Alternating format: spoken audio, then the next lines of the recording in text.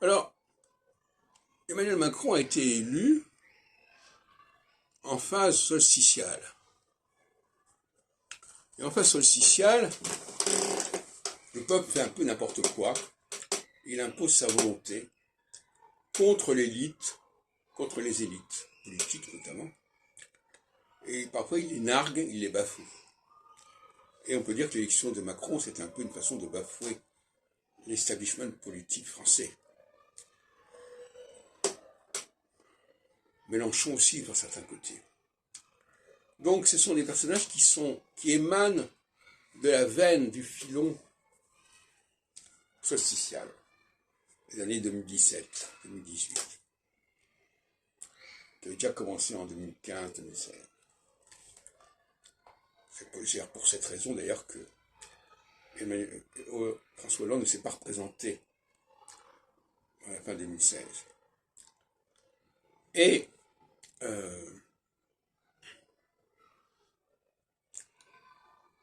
au bout de 7 ans, avec le second mandat, on peut se demander si, effectivement, il ne faudrait pas passer à une autre logique qui serait moins de remettre en question la verticalité et surtout l'ancienneté des choses. Parce que toute la question là, j'en ai parlé longuement récemment, enfin des écrits, la théorie de ce qui est ancien, on rejette ce qui est ancien, on rejette ce qui est premier en phase solsticiale. La phase solsticiale, c'est une phase qui vient en deuxième temps. Donc, le christianisme est quelque chose de solsticial, fondamentalement. Et donc, l'aîné est rejeté.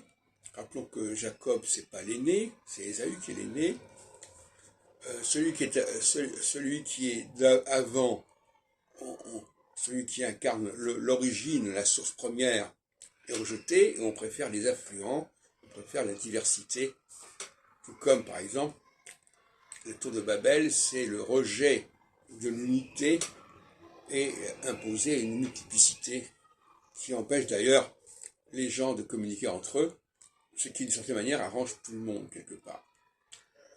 Donc, il est peut-être temps de faire venir des gens plus anciens. Voilà. Et à mon avis, c'est la revanche, la phase équinoxiale actuelle serait la revanche de l'ancienneté. Ça vaut pour les juifs qui ont une ancienneté par rapport aux religions monothéistes, mais ça vaut dans le domaine de la politique, etc. Et je ne serais pas surpris de voir des personnages anciens dans différents domaines réapparaître et être la référence.